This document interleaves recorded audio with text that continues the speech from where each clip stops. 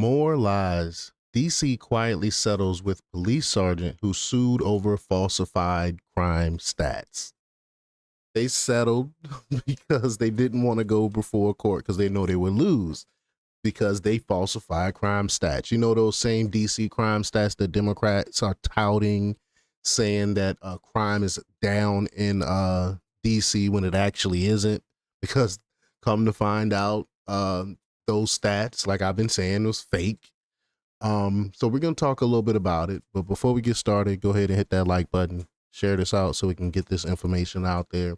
Subscribe if you're not already a subscriber, and hit that alarm bell so you know when I'm putting out new stuff. Also, check out my link tree in the description. It has a link to my Patreon. That's where I talk about things that I can't talk about here.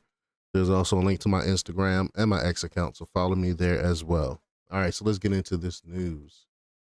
Now, this comes from the red state, and they report that we witnessed the Democrat freak out when President Donald Trump announced he was federalizing the DC Metropolitan Police Department after yet another heinous violent incident, this time the early August savage beating of former Doge staffer Big Balls Edward Corstein as he tried to fend off a carjacking attempt from a mob of teens.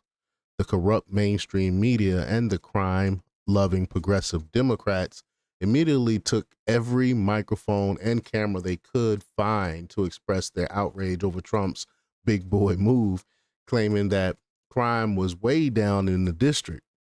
As Trump and others pointed out to Senate Minority Leader Chuck Schumer and company, if you believe that, try taking a walk around the Capitol at night and see if you come home in one piece. Good luck with that. Of course, Chuck Schumer would never do such a thing because he know how bad crime is out there. Of course, as seems to be the case so often these days, the progressive wide-eyed narrative quickly fell apart. Even some journalists admitted they'd been mugged and were scared. Meanwhile, as Red State's Bunchy reported, a DC police commander was recently suspended for falsifying data to improve the city's crime statistics. Oh, but it gets worse. On Tuesday, the Washington Free Beacon reported that the district had just settled a lawsuit that described even more fibbing about crime stats. They said the District of Columbia has quietly settled a lawsuit from a sergeant who accused Metropolitan Police Department leaders of misclassifying offenses to deflate the district's crime statistics. Court records obtained by the Washington Free Beacon show.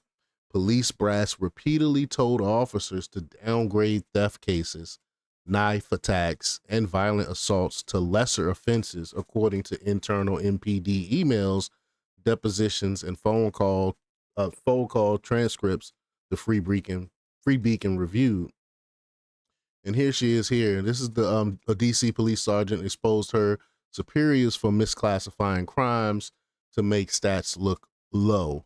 And the city just quietly settled her lawsuit. This is her right here. Former MPD Sergeant Charlotte Dessous, who in 2020 revealed commanders had since at least 2018 ordered officers to downgrade thefts. Wow. Wow, wow, wow. Um, Her accusations were serious and yet very believable considering what we know to be happening versus what they tell us is happening. Who you gonna believe? Me or your lying ass eyes, right? That's what Democrats say all the time. If you live in a major American city, you know exactly what I'm talking about. The former MPD Sergeant Charlotte Dessous sued the department in 2020, alleging that police leadership punished her for speaking out against the scheme. Dessous, who joined the force after serving honorably in Iraq, accused MPD brass of attempting to, quote, distort crime statistics by downgrading a number of felonies to misdemeanors so that there will be fewer felonies in the statistics. She also provided records showing that police leaders explicitly instructed their subordinates to underclassify certain instances of theft to keep them out of the crime stats the city reports to the public. I mean, this is, y'all know my favorite word. This is diabolical. Diabolical.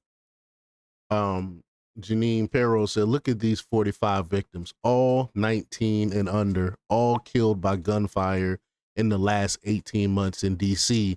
And tell me that crime is down and we don't need an emergency focus on crimes of violence. I mean, this is sad. Look at all these young people murdered.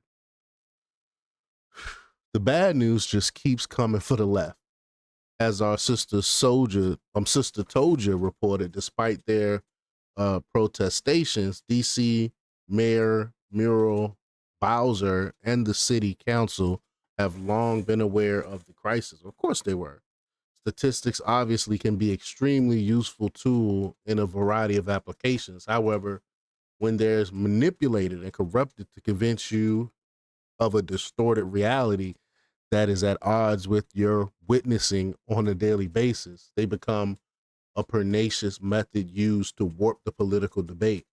Donald Trump is well aware of this, and he's taking crime seriously, something the Democrats have neglected to do for decades as we watched our amazing cities decline into dystopian semblance of their former selves.